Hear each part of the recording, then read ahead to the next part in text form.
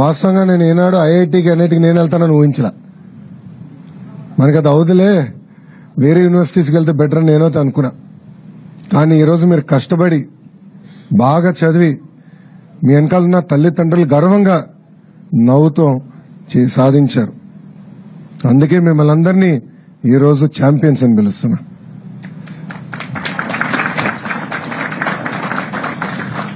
నాకు ఛాలెంజ్ అంటే బాగా ఇష్టం.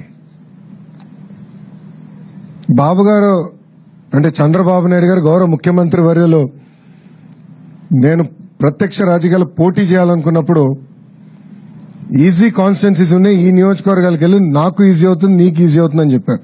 నేను తీసుకోవాలా. ఎప్పుడు గెలవని నియోజకవర్గం నాకు ఇవ్వండి, పోటీ చేస్తా, గెలుచుకుని వస్తానని చెప్పాను. ఆనాడు ఓడిపోయా. 2019లో నేను ఓడిపోయా. 5,300 పైచిలకు ఓట్లతో ఓడిపోయా.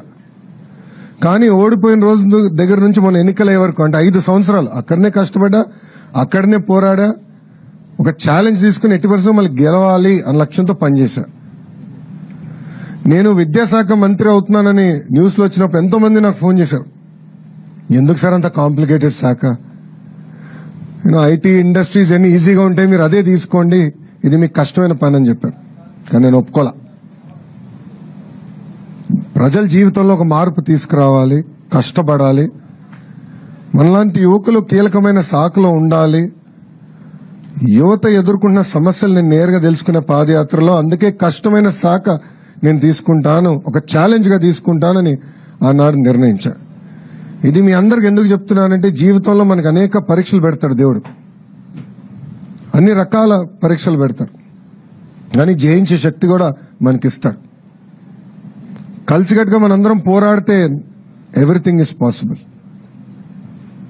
ఈరోజు మన ప్రభుత్వం ఒక లక్ష్యంతో పనిచేస్తుంది. పేదరికం లేని ఆంధ్ర రాష్ట్రం, రాబోయే 5 సంవత్సరాలు 20 లక్షల మందికి ఉద్యోగాలు కల్పించాలనేది ఒక లక్ష్యంగా పెట్టుకున్నాం. నేను ఇతర రాష్ట్ర మంత్రులతో మాట్లాడా, అమెరికాలో ఉన్న లెఫ్టినెంట్ గవర్నర్స్ తో మాట్లాడా. వాళ్ళందరూ ఆశ్చర్యపోతున్నారు, ఇన్ని ఉద్యోగాలు మీరు చేయగలుగుతారా అని, తీసుకురాగలుగుతారా అని. గతంలో తీసుకొచ్చాం, మేము చూపించాం.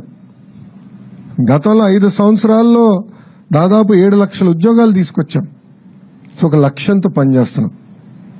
దాంట్లో భాగంగా కేజీ నుంచి పీజీ వరకు విద్యలో సంస్కరణలు తీసుకురావాలి, మార్పు తీసుకురావాలి లక్ష్యంతో ఒక బాధ్యత నేను స్వీకరించాను. బాబు గారు ఎప్పుడు ప్రజల పరిపాలన ఉండాలని చెప్తారు. మా అందరికి కూడా మినిస్ట్రీస్ కేటాయించిన తర్వాత మేము అందరం కలిసాం.